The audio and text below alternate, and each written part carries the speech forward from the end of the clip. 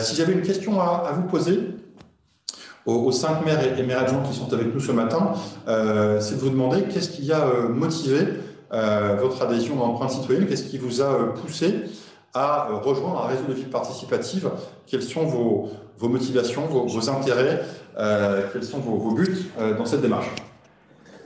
Juste avant de vous donner la parole, en effet, on est c'est sur le réseau évidemment Territoire Citoyen dont tout le monde est membre, puisque tout le monde ne collabore pas encore aujourd'hui avec l'association, mais on les y invite. Mais c'est surtout en effet l'ensemble des villes sont aujourd'hui membres du réseau Territoire Citoyen. Donc juste cette précision-là, et je donne la parole évidemment aux élus sur l'utilité en effet et la pertinence d'un tel réseau et d'un travail en réseau. Moi, je veux bien commencer très rapidement.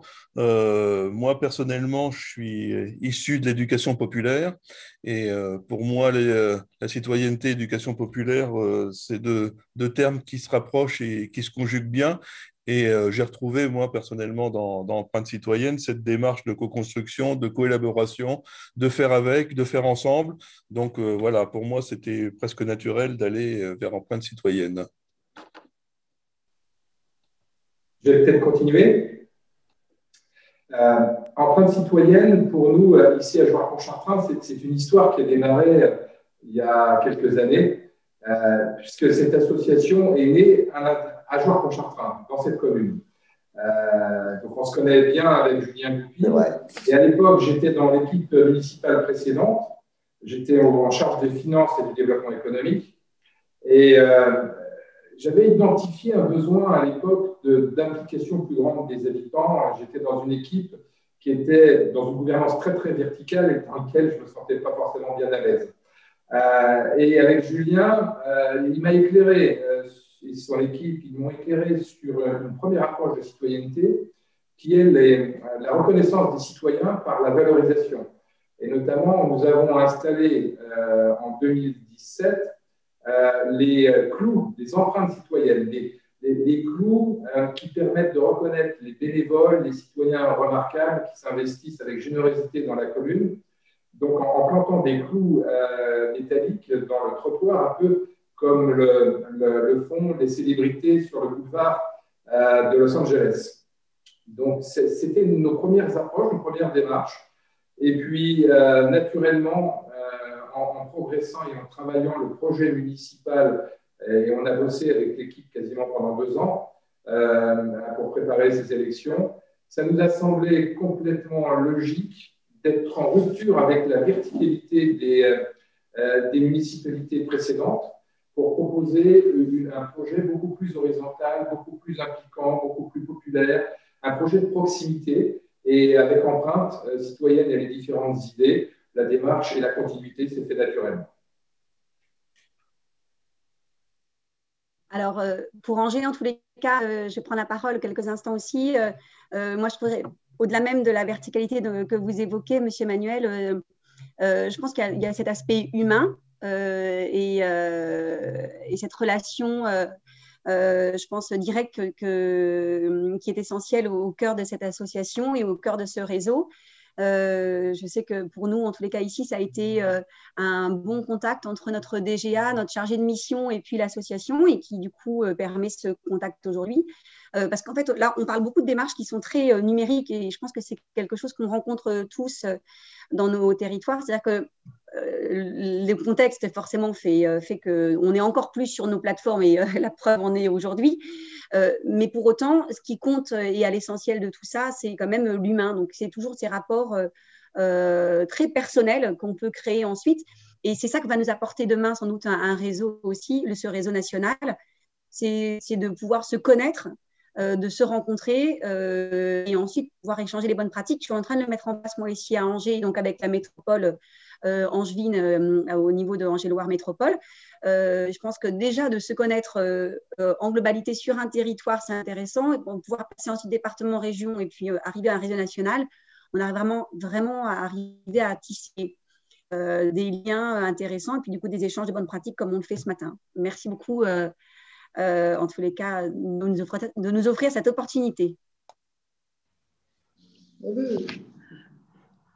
Alors, pour Maubeuge, c'était faire de nos enfants surtout des citoyens avertis et actifs. Bon, je vais faire référence un petit peu à ma vie professionnelle. Dans l'enseignement depuis 45 ans maintenant, nous voulons avoir la volonté que nos enfants vivent mieux dans la société. Donc, nous avons axé sur la citoyenneté justement pour éviter certains phénomènes et actes que nous avons vécus ces derniers temps. Donc, il est important pour moi de responsabiliser et de faire vraiment de l'enfant, du plus jeune âge à l'université, un citoyen qui va s'impliquer et comprendre le fonctionnement, disons, de la société et du monde, le respecter surtout. Merci Julien, peut-être pour finir, pour prolonger le tour de table. Oui, je le disais un peu en introduction tout à l'heure, effectivement, ce qui m'avait plu dans votre démarche, c'est qu'effectivement, la démarche participative incluait la participation à la vie de la cité. Bon, il se trouve quand même qu'il y a un petit sujet un peu spécifique sur la manière dont les habitants participent aux politiques publiques. Je trouve qu'aujourd'hui, en fait, les territoires ou les communes s'engagent dans ce type de démarche et évidemment qu'au niveau des territoires, on a besoin de consolider en fait nos expériences. Donc certes par le partage d'expériences et c'est hyper important parce que aussi pour convaincre, on peut dire à tel endroit ça a marché, ça fonctionne et ça a été un élément, un facteur de réussite. Donc ça permet de faciliter le déploiement et l'innovation sociale finalement. On voit qu'au niveau national, il y a des méthodologies quand même qui sont quand même assez prouvées. Enfin, le grand débat, le conseil, le CCC pour le climat, etc. Et là où on a besoin d'appui et de peut-être de faire réseau et de tous pousser dans le même sens, c'est de pouvoir structurer d'une part, mais aussi rendre plus solide la démarche. C'est-à-dire qu'aujourd'hui, ça reste fragile. On n'est pas à la peine sur les méthodes, on sait le faire, on est capable de prendre des risques, d'innover, mais on a besoin que dans le dialogue entre les collectivités et notamment l'État, et c'est pour ça que cette réunion est aussi organisée avec Madame la Ministre et Monsieur le Préfet, mais c'est de voir aussi comment on s'appuie mutuellement. C'est-à-dire qu'on a besoin aussi peut-être de monter des process qui garantissent en fait qu'une démarche participative, elle est sincère. Notamment, je vous invite à regarder les rapports sur la commission sur le climat, mais qui effectivement rappelle qu'il y a besoin, notamment dans les gouvernances, d'avoir une autonomie vis-à-vis du mandataire. Enfin, des choses très, très concrètes comme ça. Et puis, moi, je pense que là, sur les collectivités, on commence à effectivement faire en sorte que les citoyens soient plus au clair avec les règles du jeu et les prises de décision dans nos politiques publiques. Donc ça, c'est l'enjeu de transparence. Mais aussi, on commence à les faire intégrer aussi les instances de gouvernance. Très récemment, sur Montreuil, on a déployé un comité d'éthique de la vidéoprotection, donc avec un tirage au sort des citoyens. On est allé dans des choses très concrètes, et puis ça infuse dans tous les domaines. Et ça, je pense qu'on le fait au niveau des territoires. On pourrait très bien le développer au niveau des intercos, qui sont des instances de décision qui sont complètement opaques, enfin, qui sont incompréhensibles par le citoyen lambda. Et là, je pense qu'il y a besoin d'upgrader, si vous me permettez cette expression, et d'infuser dans des instances de différentes strates administratives. Bon, voilà. Merci pour ces réponses, Monsieur Jallet.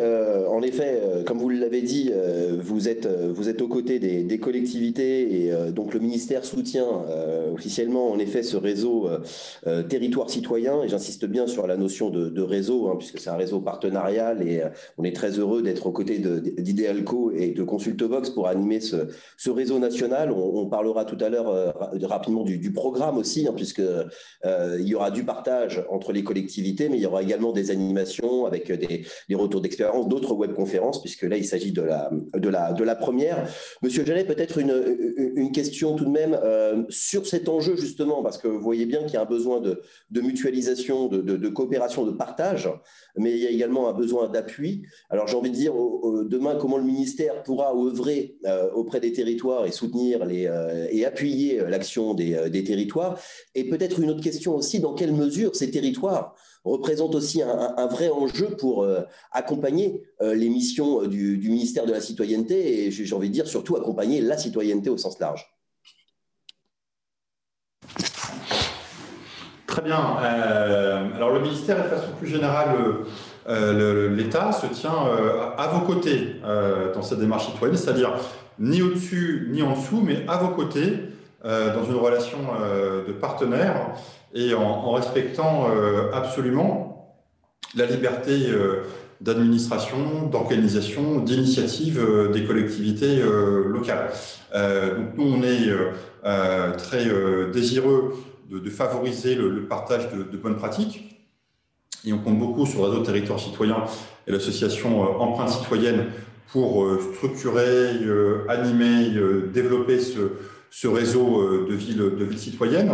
On est en relation avec le ministère chargé des relations avec les collectivités locales, le ministère de Jacqueline Gouraud, avec aussi les associations d'élus de collectivités locales sur beaucoup de sujets. Marlène Schiappa voyait hier François Barouin pour échanger par exemple sur la mise en place de la nouvelle carte nationale d'identité électronique qui sera généralisée en août prochain. Donc on est dans un contact permanent et respectueux et fertile avec l'AMF et beaucoup d'associations d'élus. Et on est à votre disposition pour continuer à participer avec vous au partage de ces bonnes pratiques et à l'animation du réseau de villes territoires citoyens. Dans nos démarches très concrètes que nous conduisons au ministère délégué à la citoyenneté, au-delà des questions d'élection qui nous mobilisent beaucoup, la ministre a porté au Parlement au mois de janvier le projet de loi organique d'organisation des élections présidentielles. On est en ce moment sur le projet de loi relatif aux élections départementales et régionales de juin prochain. La ministre a annoncé les dates du scrutin en début de semaine à l'Assemblée nationale. Ce sera les 13 et les 20 juin prochains. On est sur les questions de vote électronique, on est sur le débat sur le mode de scrutin pour les prochaines législatives. On parle beaucoup de la proportionnelle, c'est en cours d'expertise. Donc on est très mobilisé sur l'organisation des élections, qui sont encore une fois le socle de la démocratie, mais qui ne peuvent pas, bien évidemment, résumer la citoyenneté. Et devenir citoyen, c'est pas seulement à 18 ans recevoir une carte d'électeur, c'est aussi avoir des occasions, des cadres pour participer concrètement à la vie de la cité, comme le disait le maire adjoint de Montreuil tout à l'heure. Nous, ce qu'on porte en ce moment comme démarche très concrète, d'abord, c'est de favoriser l'engagement des jeunes et des moins jeunes chez les sapeurs-pompiers, une campagne nationale qui a été lancée au début de l'année sur le volontariat dans le métier et la mission de sapeur-pompier. Je pense que vous la relayez d'ailleurs vous-même sur vos villes très certainement, une campagne nationale qui est portée par chacun des CIS de France et par les élus locaux beaucoup. On est sur cette démarche-là. On est également sur la montée en puissance des réserves opérationnelles de la police et de la gendarmerie nationale. On a aujourd'hui 30 000 personnes qui sont réservistes dans la gendarmerie nationale. C'est grâce à ces femmes et à ces hommes qu'on est en capacité de tenir le plan Vigipirate au niveau urgence attentat depuis octobre dernier, parce qu'on a l'appui de ces réservistes qui répondent présents et accomplissent des missions d'évacuation de manière très régulière.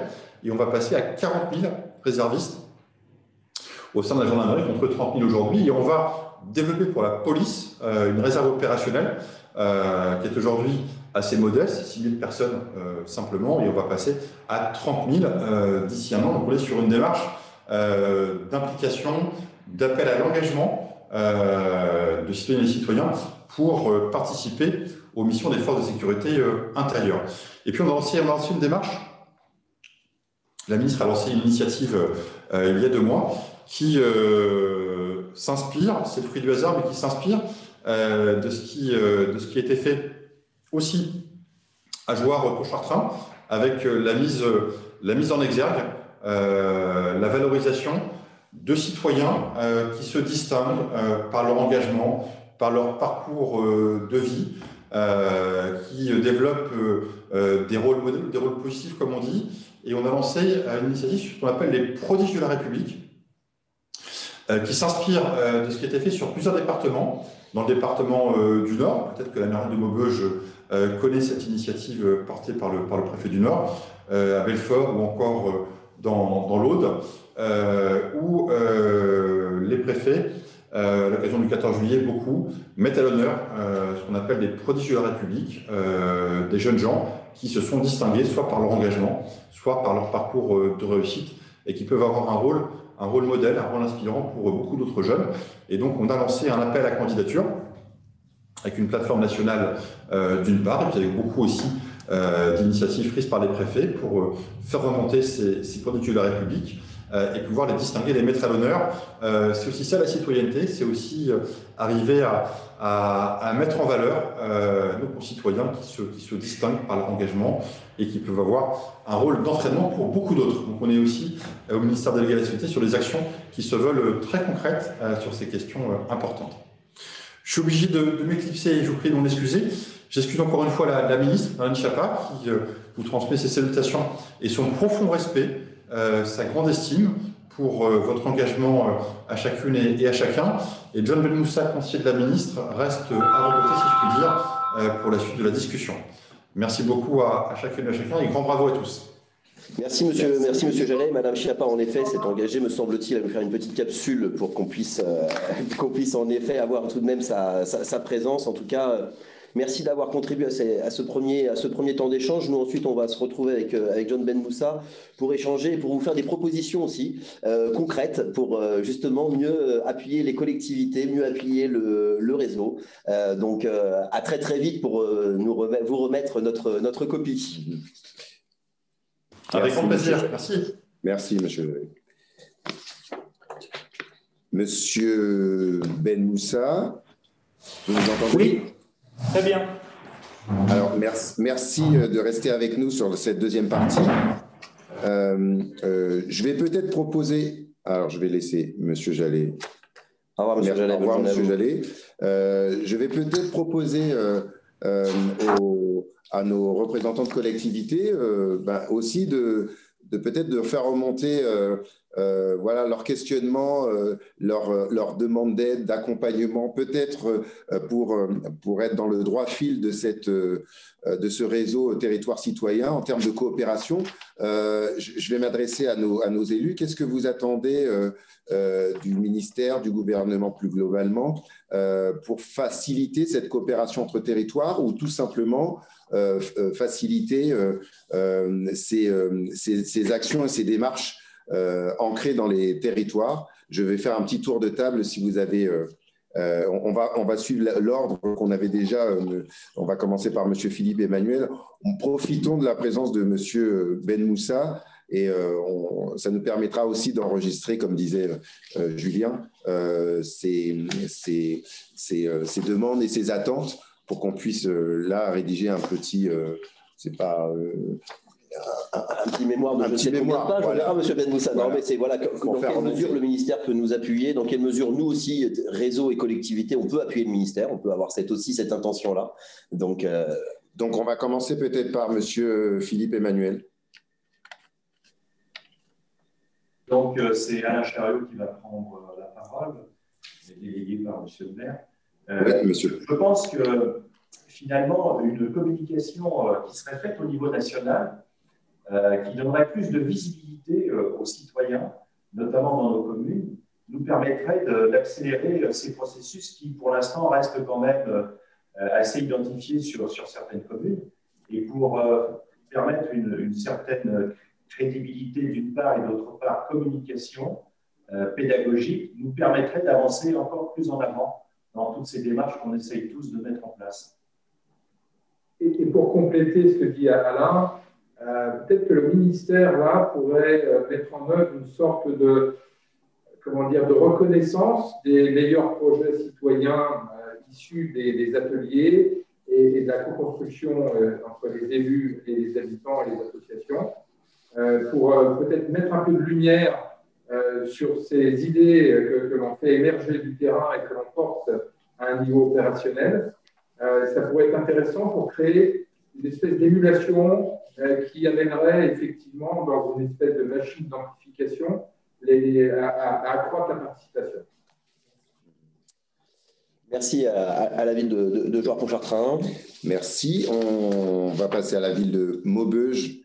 Madame Gras, et peut-être... Je vais passer la parole à Madame Sénécal, ma DGA, avec qui je travaille énormément. Très bien, très bien. Là, effectivement, je prends, en tous les cas, je tiens à remercier Empreinte Citoyenne, puisque nous, on est arrivé dans le réseau il y a 8 jours, exactement. Donc, c'est très récent, mais néanmoins, je pense que le ministère, en fait, pourrait nous aider à être en complémentarité avec les différentes actions dont parlait déjà le directeur de cabinet de Madame la Ministre, c'est-à-dire la cité éducative. La cité éducative telle qu'on l'a montée en 2019 nous permet aujourd'hui d'avoir un espace libre, réel, d'échange. Comme le disait Madame Angèle, adjointe à Angers, c'est vrai qu'il est important de reconnaître les expertises et effectivement l'expertise habitante. Il n'y a pas de citoyenneté s'il n'y a pas d'expertise habitante, et c'est une technicienne qui vous le dit depuis 25 ans, ancrée dans mes pratiques citoyennes, à la fois de façon professionnelle et bénévole. Et je pense que le ministère, au-delà effectivement de remarquer pardonnez-moi le peu, mais de nous remarquer par des trophées ou par des financements, c'est de nous remarquer par une politique publique, soit de la reconnaissance, soit de la citoyenneté. Je vous dis cela aussi parce que nous avons entamé un travail avec Rachid Benzine, qui lui a été interpellé par le président de la République, donc Emmanuel Macron, sur la politique de la reconnaissance. Je pense que nos élus ici présents autour de cette table, qui portent et incarnent effectivement la citoyenneté, comme disait M. Bouquin, non pas uniquement une citoyenneté de votation, mais une citoyenneté éclairée. Je pense qu'il serait intéressant que le ministère puisse nous accompagner sur une méthodologie, parce que c'est vrai que tous, autant que nous sommes autour de la table, on a bien compris qu'il nous fallait un squelette, un ordonnancement de cette politique publique. Mais pour qu'elle soit figée et qu'elle soit ensuite inscrite dans le budget de l'État et dans les différents BOP, je pense notamment au BOP 147, mais pas seulement, donc le budget de la politique de la ville, mais je pense qu'il faudrait que ce soit en dehors de ce budget, pour qu'enfin, et c'est M. Consalvi qui le disait très bien aussi, il y a les politiques ascendantes et descendantes. Et à mon sens, le ministère a toute sa place pour nous accompagner à développer une politique publique de la citoyenneté, de la reconnaissance, de la recréation, en fait, notamment en tenant compte de cette crise sanitaire qui, à mon sens, est juste plus que bénéfique. Merci. On va passer à la ville de Bourges. Merci beaucoup pour Maubeuge, Madame Sénécal. Monsieur Bouquin. Peut-être Laurence, je ne sais pas. Ou peut-être Madame Laurence Léger, dites-moi. C'est bon. Enfin, Laurence pour intervenir aussi, il n'y a pas de souci. On travaille en complémentarité. Nous, je rejoins ce qui a été dit précédemment.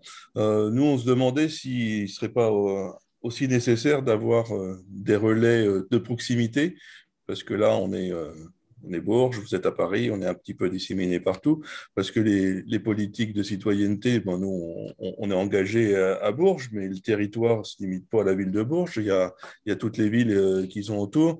Est-ce qu'il serait... Moi, je vais parler un peu en ancien, d'éducation populaire. J'ai connu le ministère de la Jeunesse et des Sports, où il y avait... des conseillers techniques éducation populaire qui étaient des vrais relais auprès des associations ou des collectivités.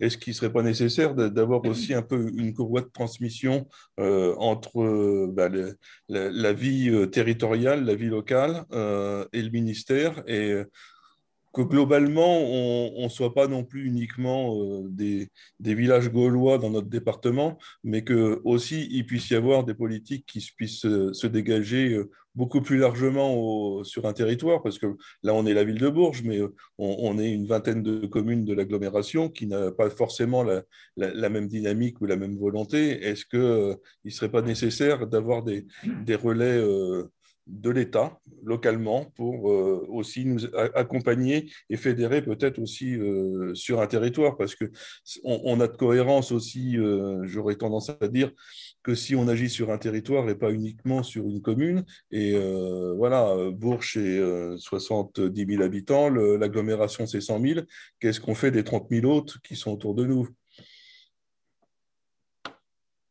Sujet de coopération, peut-être, Laurence, tu voulais échanger. J'ai lu un truc sur la journée citoyenne, notamment, j'avais trouvé ça. Donc, merci de nous laisser la parole. C'est vrai que c'est extrêmement intéressant et je pense qu'effectivement, on a besoin de ces échanges, certainement de façon plus structurée et plus fréquente, parce que je rejoins ce qui a été dit à plusieurs reprises. Il y a une forme de fragilité. Moi, ça fait très peu de temps en fait, que je suis sur cette question-là. Alors, pas du point de vue personnel, mais du point de vue professionnel. Et je pense aussi, comme plusieurs l'ont dit, qu'il faut consolider les politiques en termes de citoyenneté, démocratie participative, directe, etc. Je crois qu'il y aurait quand même une visibilité à donner aux citoyens. Je pense que si on a envie que les gens reprennent goût à pouvoir avoir confiance dans les institutions pour avoir une place, il faut que ça soit plus visible.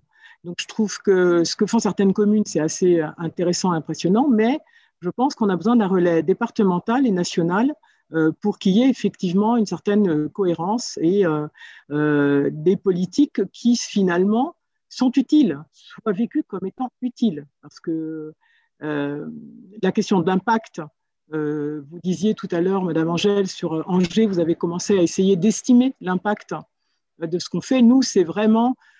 on a avec Alain à cœur assez vite de pouvoir mesurer l'impact de ce qu'on fait dans la situation aussi de crise sanitaire. Donc, il y a plusieurs propositions qui ont été faites parce qu'on a avec nous 4 étudiantes de l'IUT de Bourges qui collaborent à notre travail puisqu'on a lancé la consultation dans la ville.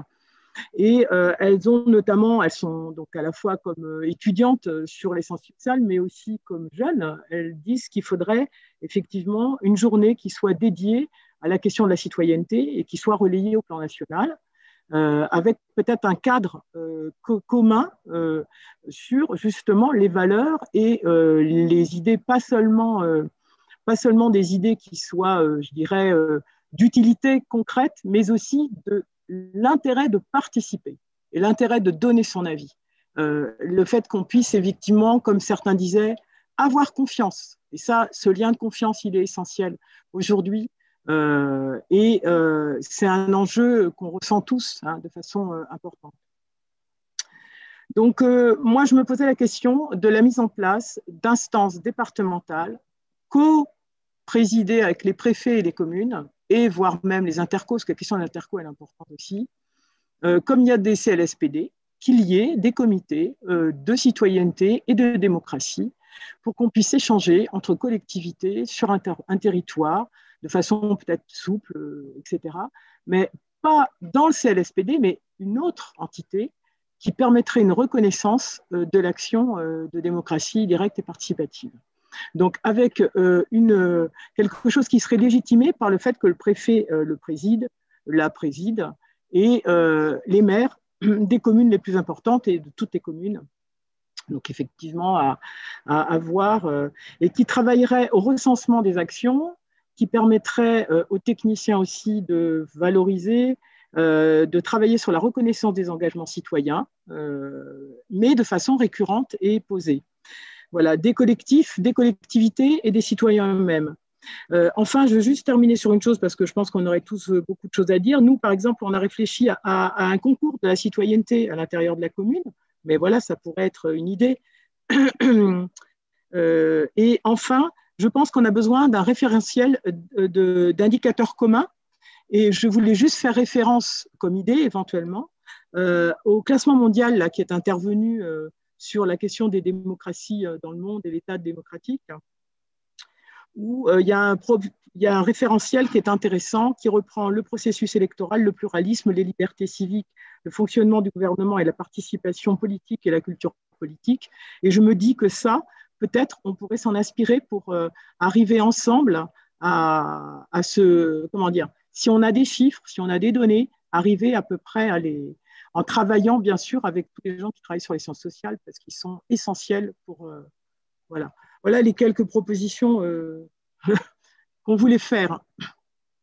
Très bien, merci Madame Léger et Madame Léger-Gardon, pardon, et Monsieur Bouquin pour Bourges. On va entendre Montreuil aussi. Quelles attentes en termes d'accompagnement ou tout simplement d'environnement favorable à tout ça qui peut vous...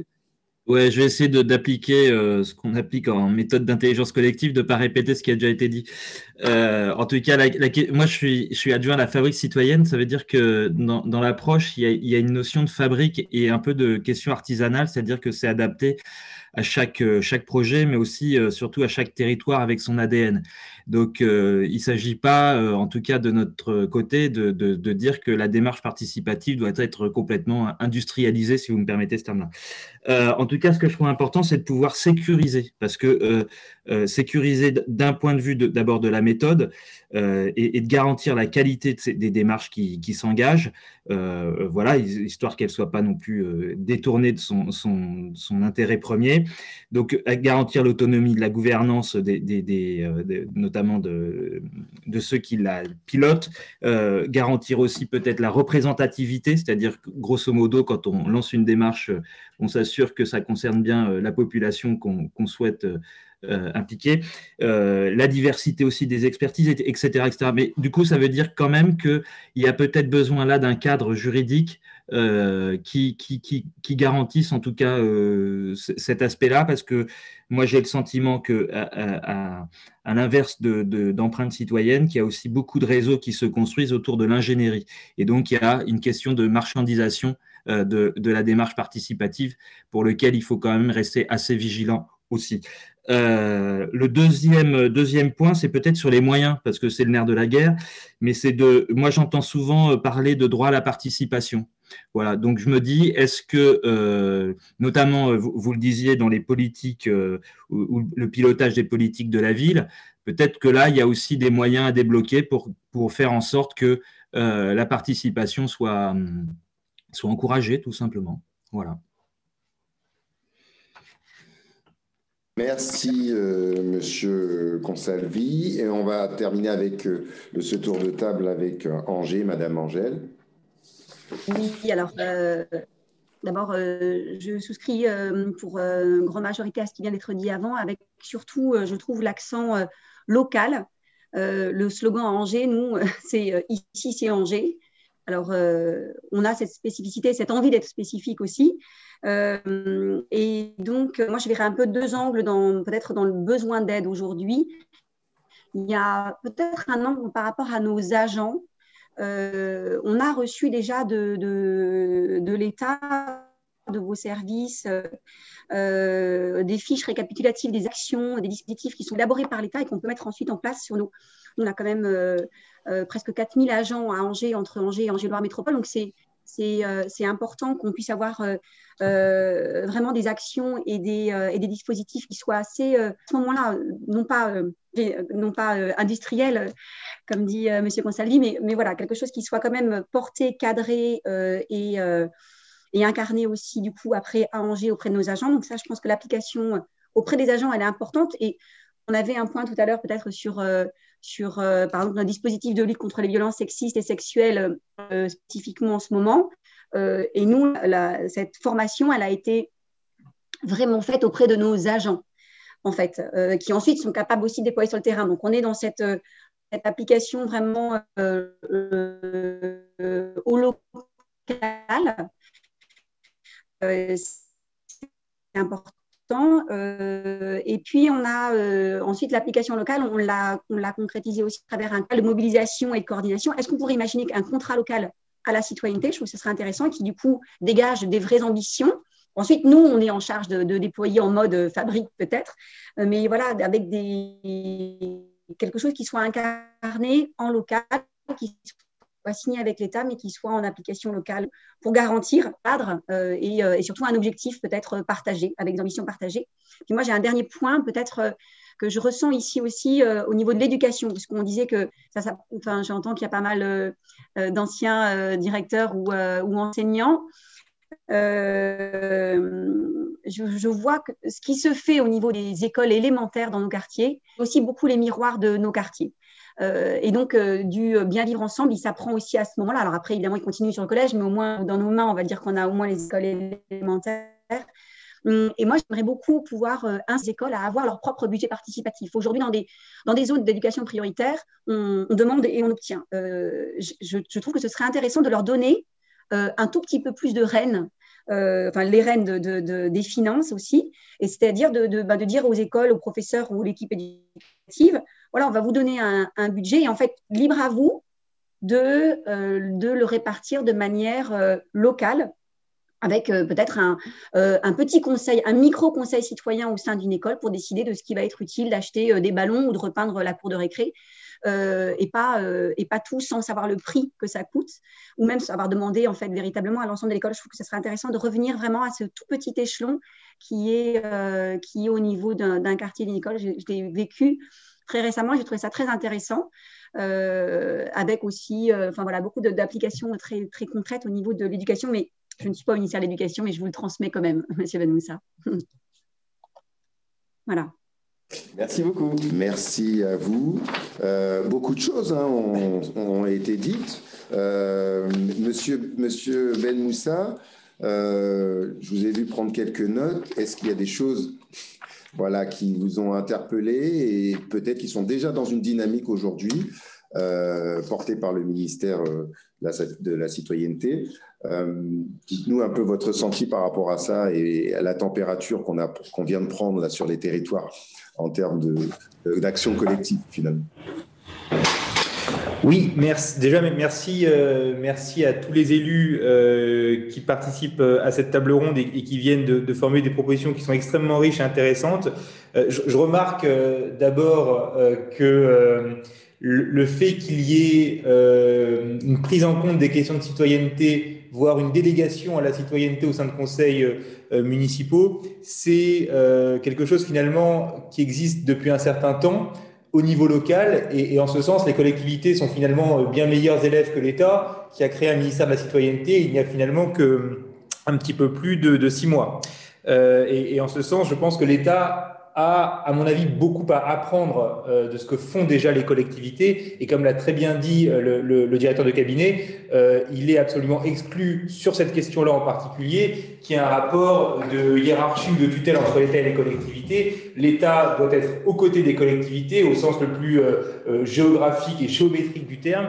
Il ne s'agit absolument pas d'être au-dessus, il s'agit vraiment d'accompagner des initiatives locales qui existent déjà. J'ai pris quelques notes sur ce qui a été dit, je vais essayer d'y répondre dans l'ordre des prises de parole. Sur la commune de Jouarre-Pontchartrain, j'ai noté la demande de visibilité, de communication, de reconnaissance, par exemple des projets développés par les ateliers citoyens. Ça, naturellement, on ne peut qu'y souscrire. Sous quelle modalité? On est ouvert à vos propositions.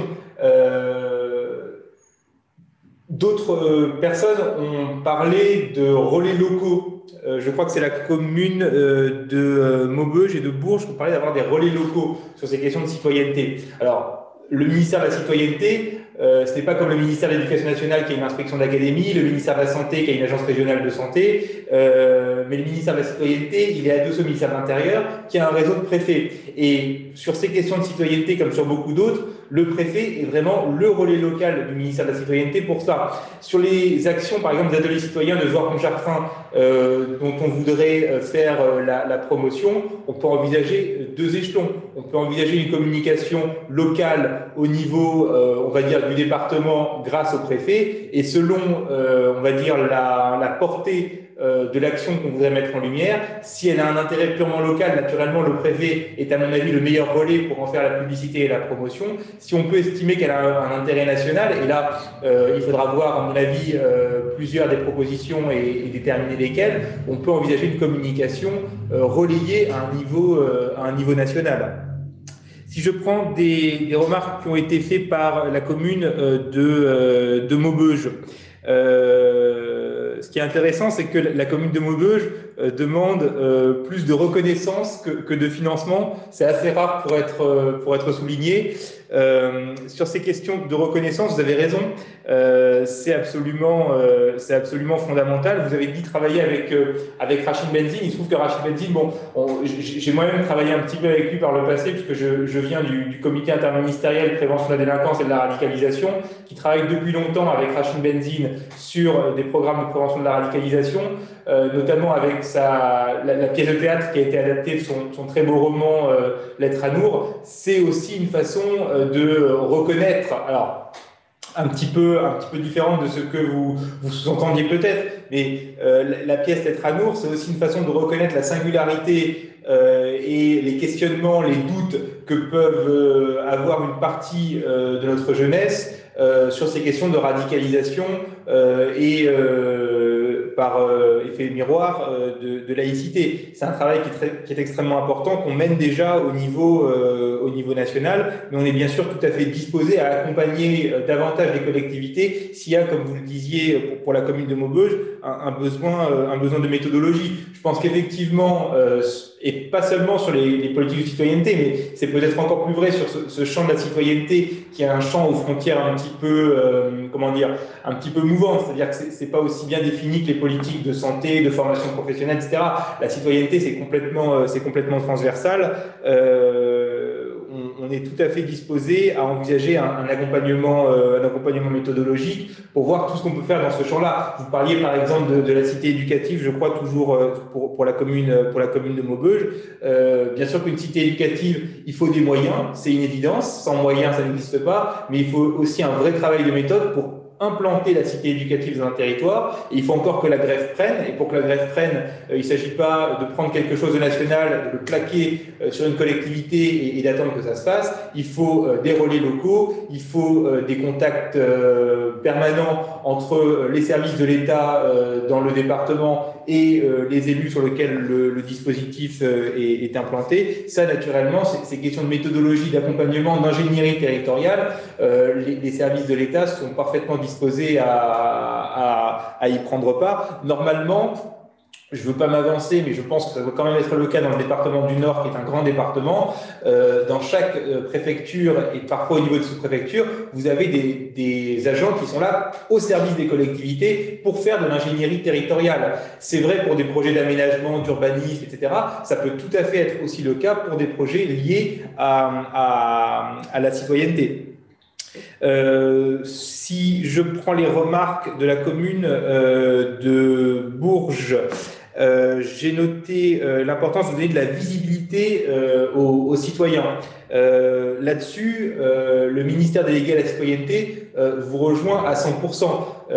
Le directeur de cabinet parlait d'une initiative lancée par la ministre, les prodiges de la République. Les prodiges de la République, alors je pense que ça a dû être relayé à votre niveau. Tous les préfets ont été destinataires d'une circulaire à la fin de l'année dernière.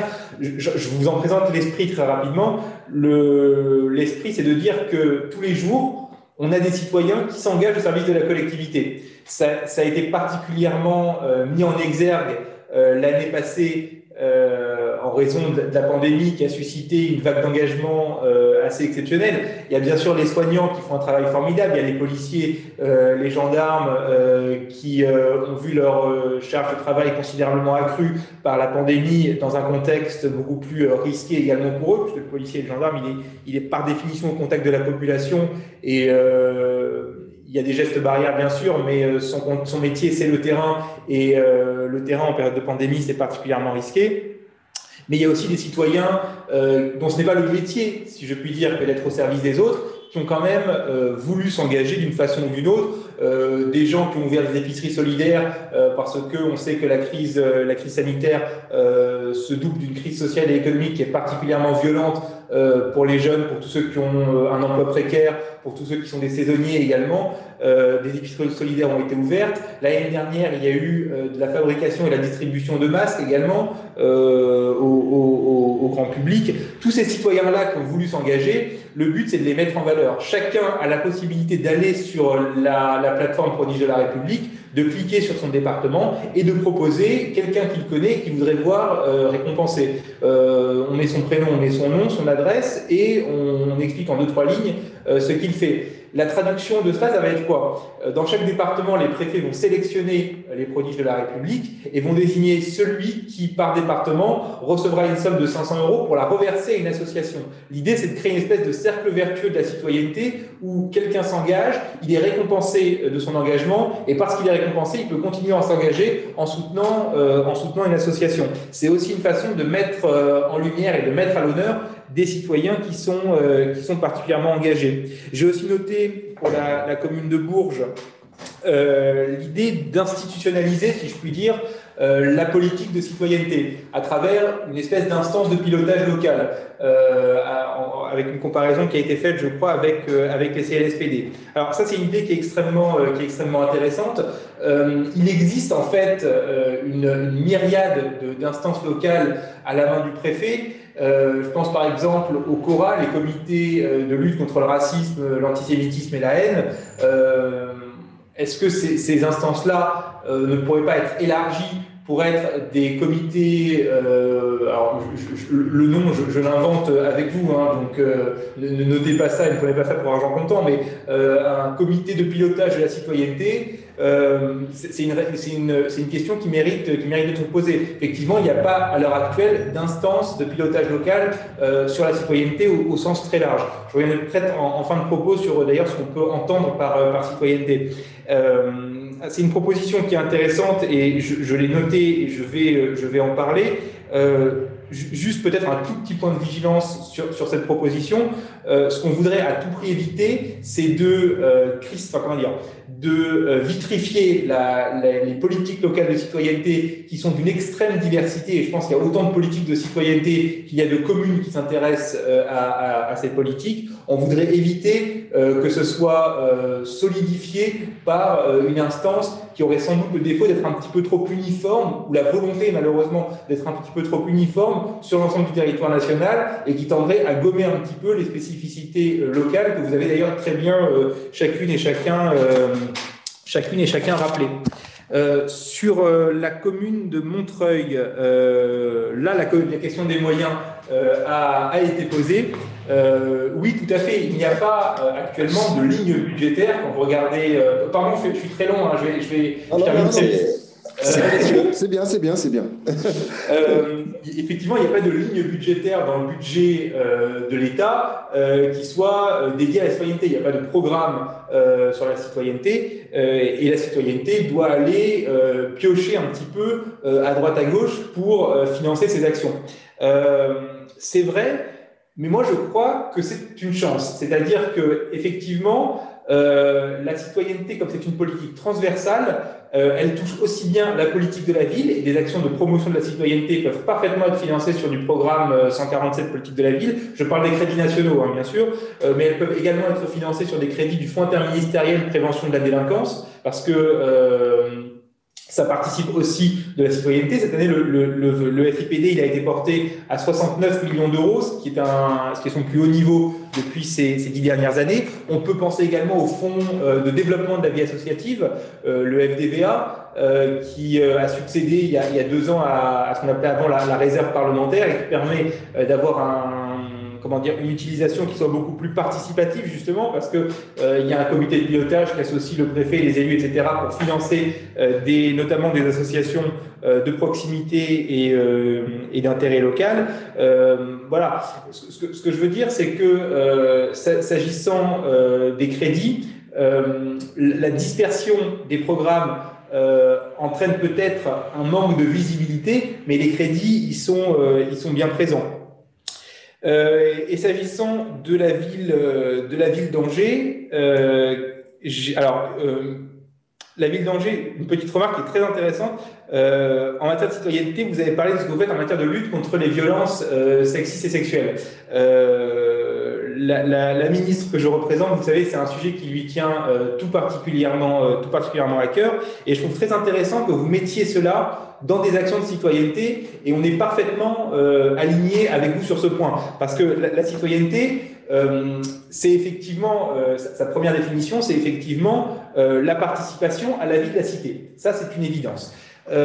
Au ministère délégué, on pense que pour participer à la vie de la cité, il faut bien sûr plein de dispositifs que vous avez très bien illustrés, mais il faut avant tout avoir le sentiment de bien faire partie de cette cité et d'en faire partie effectivement. Et c'est pour ça qu'au ministère délégué à la citoyenneté, on est attaché aussi, sous l'égide de la citoyenneté, à prévenir les situations de rupture qui peuvent subvenir, qui peuvent arriver, et qui font que finalement, on n'est de toute façon pas membre de la cité, et il est tout à fait exclu, en n'étant pas membre, de pouvoir participer aux affaires de la cité.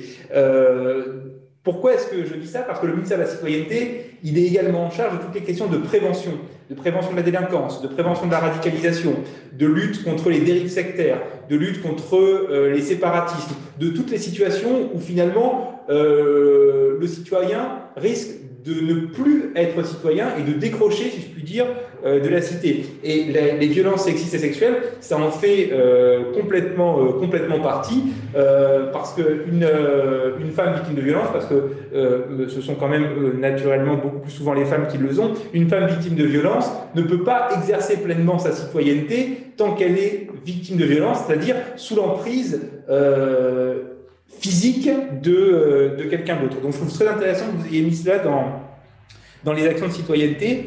Vous avez également parlé de budget participatif dans les écoles. Effectivement, vous le mettez déjà en place à l'échelle de la commune, vous l'avez dit. La question du budget participatif, moi je trouve ça absolument passionnant parce que le cœur même de la démocratie historiquement, c'est le consentement et l'usage de l'impôt. C'est accepter de verser une contribution publique et pouvoir en contrôler l'usage qu'en est fait. Et effectivement, le budget, c'est très souvent quelque chose de technique. Et moi, je pense au contraire, et nous pensons ici au ministère de la Citoyenneté, que ça ne devrait pas rester une affaire d'experts. Et la meilleure façon pour que les citoyens puissent s'en emparer, c'est effectivement de traiter ces questions budgétaires dès le plus jeune âge. Alors, évidemment, de façon simplifiée et adaptée au public. Mais cette question de budget participatif dans les écoles, effectivement, c'est une très belle façon, premièrement, d'instruire les plus jeunes en matière budgétaire, et c'est absolument fondamental parce que quoi qu'on fasse dans la vie, on aura tous à gérer au moins son propre budget. Et deuxièmement, c'est une très belle façon de les associer à la vie de leur établissement, qui est finalement une cité en taille réduite. Voilà, je m'excuse, j'ai été très très long, mais j'espère avoir répondu à toutes les interrogations qui m'ont été soumises. Alors, vous n'avez pas été trop long parce que je pense que c'est aussi l'objet de ces tables rondes. Souvent, on a l'impression qu'on se regarde le nombril et là, je crois qu'on est quand même dans le vif du sujet et on s'est dit des choses assez concrètes. Et et juste pour vous évoquer, en effet, renforcer la citoyenneté dans les écoles, ça me permet aussi de souligner un des sujets qui me tient tout particulièrement à cœur, ce qui est cette reconnaissance aussi du statut de citoyen, puisque ces jeunes de moins de 18 ans ne sont pas reconnus comme citoyens statutairement, puisque c'est à partir de 18 ans avec la nationalité française, c'est-à-dire qu'on est une communauté seulement de 47,5 millions de citoyens à l'échelle nationale. Donc peut-être qu'un statut de citoyen de France et non pas un statut de citoyen français pourrait être intéressant aussi pour être beaucoup plus inclusif et ouvrir justement ce pacte citoyen à l'ensemble des acteurs du territoire. Voilà pour aussi peut-être dresser quelques perspectives et quelques défis que sont les nôtres. Et quand je dis les nôtres, je parle évidemment de l'ensemble des acteurs du réseau en partenariat et en collaboration avec le ministère. Merci Julien. Alors merci Monsieur Ben Moussa là, pour d'avoir pris le temps de répondre à, je dirais presque à chaque proposition, à chaque description en termes d'attente et de réflexion au regard des situations de territoire. En fait, ça enrichit beaucoup les réflexions et les futures réflexions que l'on va partager sur le réseau Territoire Citoyen. Je pense que son lancement est fortement et bien aidé et bien amorcé pour justement parler de ces coopérations de territoire et puis faire grandir, et comme le disait, je crois que c'était à Vie de Montreuil, pour structurer aussi ces thématiques, car il y a énormément d'initiatives, il y a énormément de savoir-faire et de méthodologie. Il est temps que, effectivement, on puisse grandir en structurant ces approches qui sont perçues nationalement par l'ensemble des territoires en France.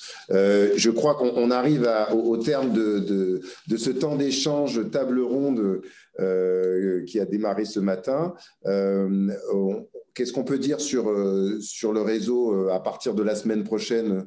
On va faire un retour de cet enregistrement et montrer ce qui a été échangé pour qu'on puisse le partager et dire voilà qu'on part sur aujourd'hui je dirais un lieu commun d'échange et de fédération de territoire.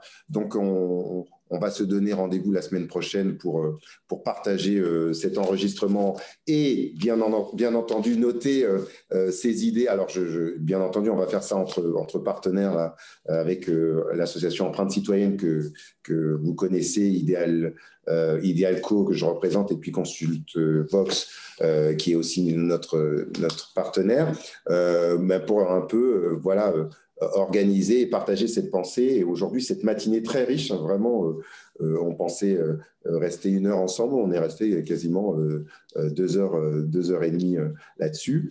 Et puis, moi, je voudrais remercier alors bien entendu le directeur préfet monsieur Sébastien Jallet d'être venu dans la première partie et d'avoir répondu et réagi aux présentations du territoire.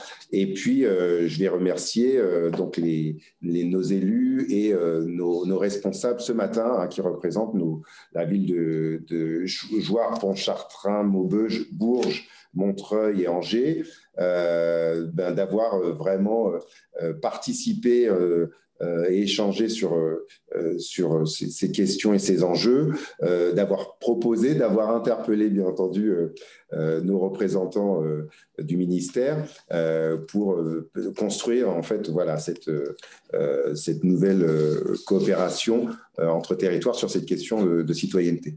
Julien? Je crois qu'en effet, on voit bien que là, la citoyenneté est un thème qui sait être fédérateur parce qu'il y a beaucoup de thèmes qui sont clivants pour les territoires et pour la politique nationale. Et avec cette citoyenneté, on peut inspirer. On disait aller vers les habitants, mais c'est aussi aller vers un projet et quelque chose de plus, voilà, vers les communs.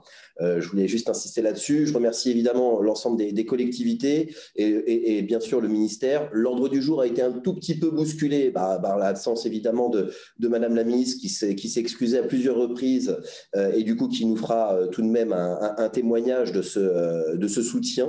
Et puis évidemment, territoire citoyen, donc le réseau est désormais lancé nationalement avec son espace déclaration citoyenne, donc collectivités qui sont autour de la table virtuelle, mais celles qui vont nous écouter aussi, allez sur cet espace-là pour renseigner justement votre déclaration citoyenne et montrer votre engagement.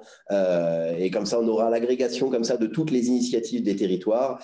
Et évidemment, sur l'espace collaboratif qui est animé par le partenaire Idealco, où vous allez pouvoir partager les expériences, mais aussi, je le disais tout à l'heure, bénéficier d'animations telles que des webconférences, telles que des retours d'expérience ou des portraits d'élus et agents. Ça, c'est nos intentions de base. Et ensuite, on va pouvoir discuter. Et je l'annonce aussi, il y a une masterclass sur ces questions-là qui sera mise en place, mais on aura l'occasion d'en parler plus tard sur le réseau où on saura vous tenir informés. Merci à tous. Merci à tous. Merci, M. Benmoussa. Merci à vous. Merci à nos élus et à leurs collaborateurs d'avoir participé à cette matinale. Voilà, et à ce lancement, bien entendu. Bonne journée à vous. Merci à vous. Une salutation citoyenne et conviviale à tous. Merci beaucoup. Au revoir.